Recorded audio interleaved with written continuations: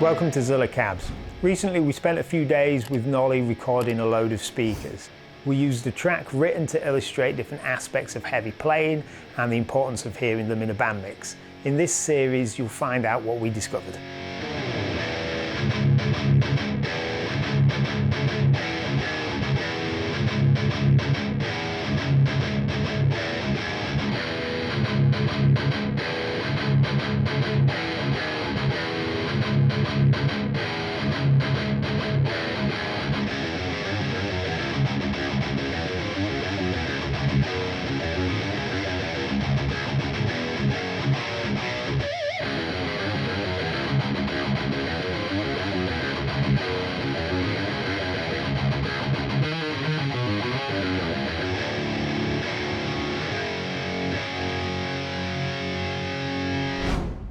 The Redback, 150 watt speaker. Yep. I've had a couple of these of my own, recorded them a few times.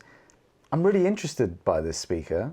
There's a lot of things that I like about it. It is a larger dust cap speaker, so as we were describing before, it does have quite a steep roll off in the highs, but it's not as kind of abrasive in the way that the T75 or the K100 is. It sounds a lot more like the kind of vintage 30 or kind of greenback school of speakers. It's really tight and percussive. It sounds good under gain. It's because of that roll off, it's not fizzy. It does have like quite a pronounced spike, 4K-ish or something like that, which for a recording I'd probably want to notch out.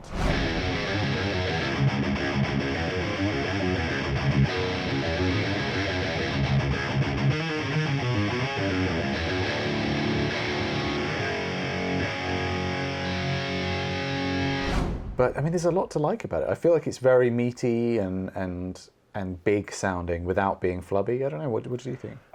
I know a lot of, from our customers, a lot of people like it for 112s because of the high power. So basically for a lot of stuff you don't have to worry about power. And also it's not as heavy as a EV, like a 12L, a whole load cheaper. No, yeah. And I actually think it sounds a lot nicer as well.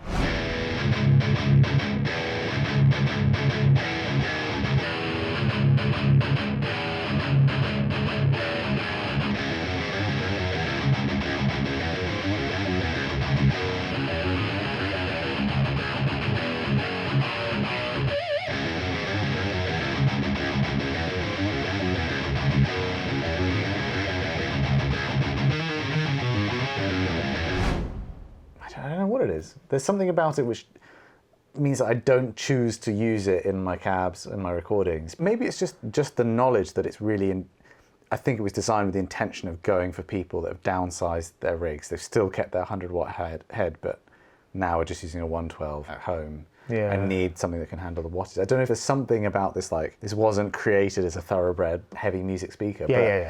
But that's silly, really. When, you know, as I say it out loud, there's no reason to discount it. It's not uncommon for us to use them mixed with vintage 30s in an X pattern in our 4x12s.